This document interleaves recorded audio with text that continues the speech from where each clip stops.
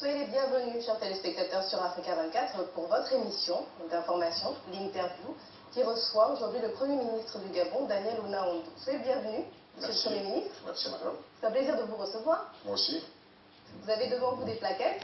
Elles contiennent des questions que vous allez devoir lire à voix haute avant que nous puissions discuter. Nous allons parler du Gabon, bien évidemment. Ça va de soi. Je vous en prie. Sur une échelle de 1 à 10, quelle note donnez-vous à l'économie gabonaise? Vous savez, je suis Premier ministre du gouvernement.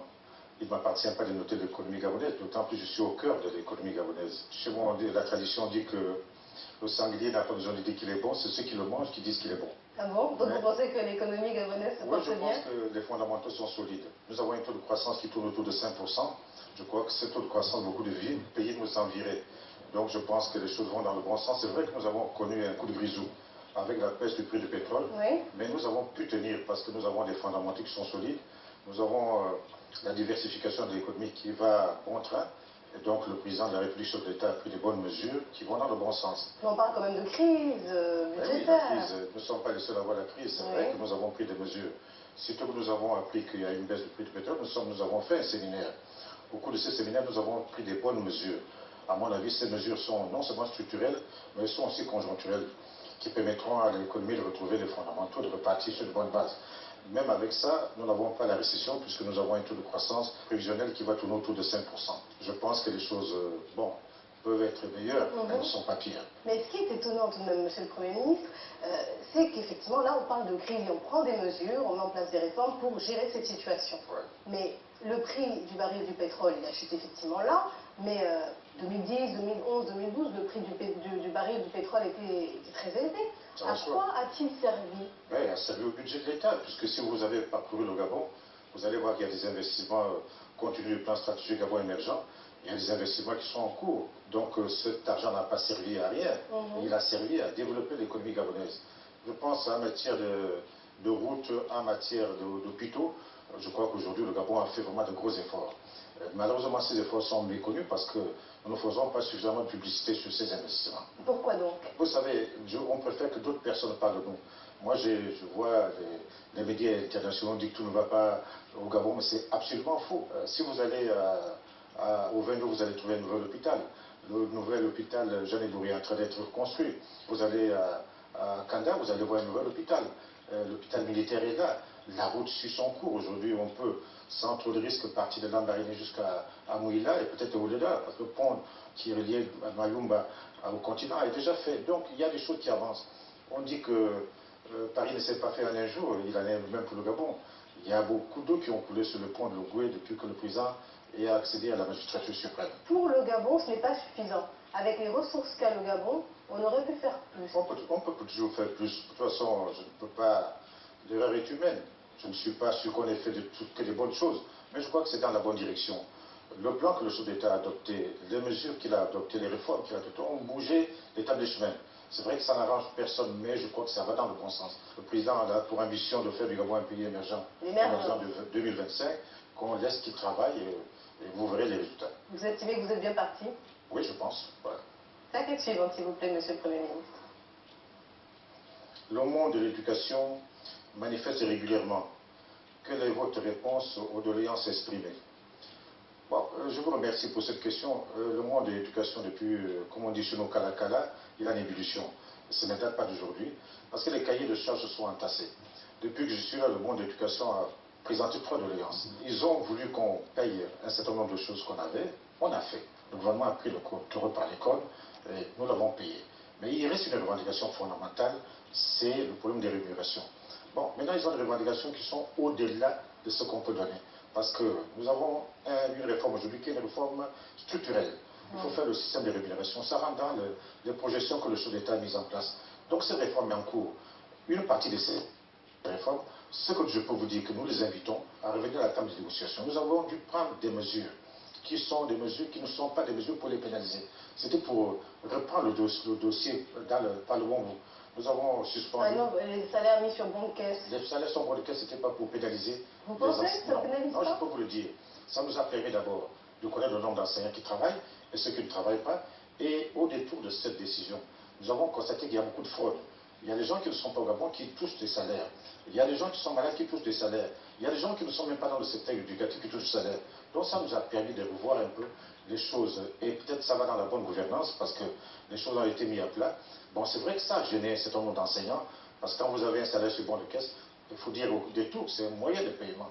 Quand vous avez un salaire sur bon de caisse, vous ne pouvez plus aller à la banque, et ainsi de suite, vous ne pouvez pas avoir de crédit, vous êtes obligé d'aller déposer. Mais ce n'est que conjoncturel. Dès le mois prochain, les choses seraient mises à l'état pour les gens qui travaillent. Il y a aussi effectivement un problème d'emploi. Il y a le programme lié à la société OLAM qui propose, qui permet aux agriculteurs de pouvoir apprendre des techniques et développer leur activité. Qu'est-ce que vous en pensez de ce programme? Moi, je crois que c'est un bon programme. Parce que quand nous avons eu le coup de réseau dont je vous ai parlé, la baisse de recettes pétrolières, le président a tenu à donner des orientations. La première orientation, c'est de faire en sorte qu'on ne touche pas à tout ce qui concerne l'investissement humain. C'est-à-dire qu'on doit faire en sorte que les gens qui sont pauvres, parce que vous savez, il y a eu le rapport Benkel, puissent trouver des revenus. Et le programme Graines rentre dans le cadre des activités génératrices de revenus. Je crois qu'il touche au plus profond des Gabonais. Donc je crois que c'est un bon programme. Et il a pour aujourd'hui, il a commencé à Makoko, il va se poursuivre dans le Woletem et dans l'ensemble du Gabon. Ce programme permettra d'ailleurs de réduire la dépendance alimentaire, parce que nous avons une dépendance d'importation qui est extrêmement grave, qui obère les recettes budgétaires de l'État et surtout ce que nous avons comme devise. La graine, les Gabonais ne vont pas la consommer, ils vont l'exporter. Pour la plupart, ça va servir à Hollande. Mais les cultures locales, pourquoi ne pas les développer? Non, les cultures locales sont développées. Nous avons eu un gros problème avec le pétrole, c'est le syndrome hollandais que tout le monde connaît. Les populations, elles ont été happées. Le bureau aux alouettes des capitales du pétrole, mais maintenant il y a un retour à la terre. Et je crois que dans le programme aujourd'hui, vous avez l'Ibérique, c'est 60% de la population. Donc le retour à la terre, c'est une des préoccupations fondamentales du chef de l'État, parce qu'il faut faire en sorte que les gens vivent. Parce qu'aujourd'hui, avec la population que nous avons un dépeuplement de l'arrière-pays. Maintenant, il faut amener les gens à repartir à l'intérieur du pays pour s'occuper de la terre. Parce que là, par exemple, ceux qui vont s'impliquer dans le programme Graines vont être formés, vont être accompagnés. Ça va de soi, ouais. Mais ceux qui décident que non, je ne veux pas cultiver cela, mais je veux cultiver du manioc, par exemple, il faut accompagner. Ah oui, mais naturellement. Vous savez, il y a le ministère de l'Agriculture, il n'a jamais été dit que le ministère de l'Agriculture sera dépouillé de ses prérogatives. Oui, parce que là, il n'est pas en charge de ce... Ah non, il n'est pas en charge, il est en partie en charge, pas complètement dépouillé. Pourquoi il n'est pas totalement et entièrement? On a dit au ministère de l'Économie, c'est pas pour décharger le ministère, parce qu'il y a la notion de PPP, la notion de partenariat public-privé, c'est tout. On va terminer avec la question Joker, qui vient conclure cette interview. On va parler forcément d'avis politique de l'opposition. Ouais. Quel regard portez-vous sur cette opposition que certains jugent de plus en plus radicale, de plus en plus mobilisée, notamment ces 2 dernières années? On a vu des personnes qui faisaient partie d'anciens gouvernements au Gabon qui sont passées dans l'opposition. On a vu des grandes figures se rassembler, s'exprimer au Gabon, à l'étranger, essayer de fédérer. Comment gérez-vous ce phénomène? Quand on dit démocratie, on dit naturellement il y a la majorité et l'opposition. Nous ne sommes pas gênés par l'opposition. Le président a pris un certain nombre de mesures qui vont dans le sens de la mise en place d'un processus de démocratie dans notre pays. Nous avons revu la loi qui fait en sorte que quand on exclut d'un parti, ce n'est pas à l'état éternel. On peut se remettre dans un autre parti. Nous avons réhabilité l'Union nationale. Nous avons créé le Conseil national de la démocratie pour permettre un espace de corps de garde où tout le monde puisse... Donc il y a un espace qui doit permettre à l'opposition de s'exprimer. Donc l'opposition est libre d'aller en France, est libre de s'exercer ici, parce que c'est ça aussi le principe de la démocratie. Mais la démocratie n'est pas l'abbaye d'éternel où fait ce que voudra. Bien sûr, il y a des lois et des règlements en vigueur dans notre pays. Donc nous reprouvons la violence. Nous pensons que la violence n'est pas démise dans notre pays, d'autant plus que dans la tradition gabonaise, la paix a toujours été un des fondamentaux de la vie politique de notre pays. L'une des figures de cette opposition, André Baobam, est décédé. Comment avez-vous vécu ce moment qui n'a pas été facile à vivre pour les Gabonais? Oui, André Baobam, c'est une figure de proue de la vie politique gabonaise. Il a consacré une bonne partie de sa vie à la politique. Donc naturellement, nous présentons nos condoléances à la famille qui a pleuré, mais il est évident que nous déplorons les violences qui ont suivi le gouvernement gabonais a condamné avec la plus grande fermeté ces violences, parce que la violence n'apporte rien. Oui, l'ambassade par exemple du Bénin qui a brûlé. L'ambassade a été brûlée. Je crois que les gens qui ont brûlé l'ambassade ne connaissent pas toutes les conséquences de cet acte qui est un acte inadmissible. Donc nous allons faire des enquêtes pour trouver, débusquer ceux qui ont brûlé l'ambassade. Naturellement, nous allons protéger les personnes, et bien surtout les nationalités étrangères. Le président Bongo disait, les étrangers nous apportent leur savoir-faire, on leur apporte notre amitié. Dans ce pays qui est un pays où les nationalités vivent en commun accord, il est hors de question que les nationalités soient en danger. Est-ce qu'elle vous fait peur, cette opposition, quelque part? Elle s'exprime tous les jours. Elle publie des communiqués tous les jours. Elle dresse un portrait du Gabon qui n'est pas flatteur à l'étranger. C'est ça le risque, parce que les actes qu'on pose peuvent nuire à la stabilité d'un pays. Quand on fait une mauvaise publicité d'un pays, je crois que tout peut se dire et se contredire dans le respect de l'autre. On voit dans les réseaux sociaux, on voit dans la presse écrite, on voit dans ce qui est dit par l'opposition. Je crois qu'il n'est pas sain qu'on dépasse une certaine ligne jaune.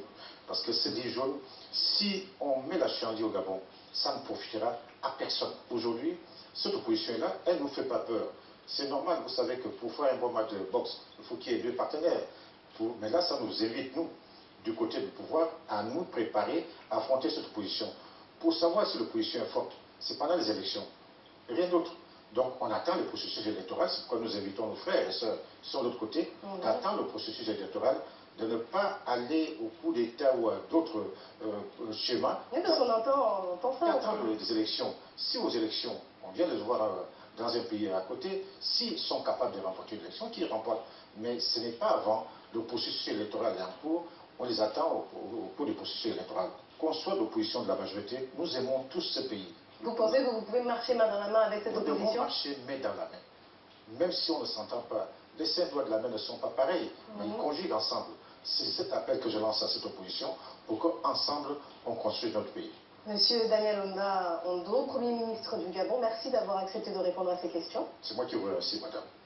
Et merci à vous, chers téléspectateurs. C'était l'interview d'Africa 24 au Gabon. À bientôt.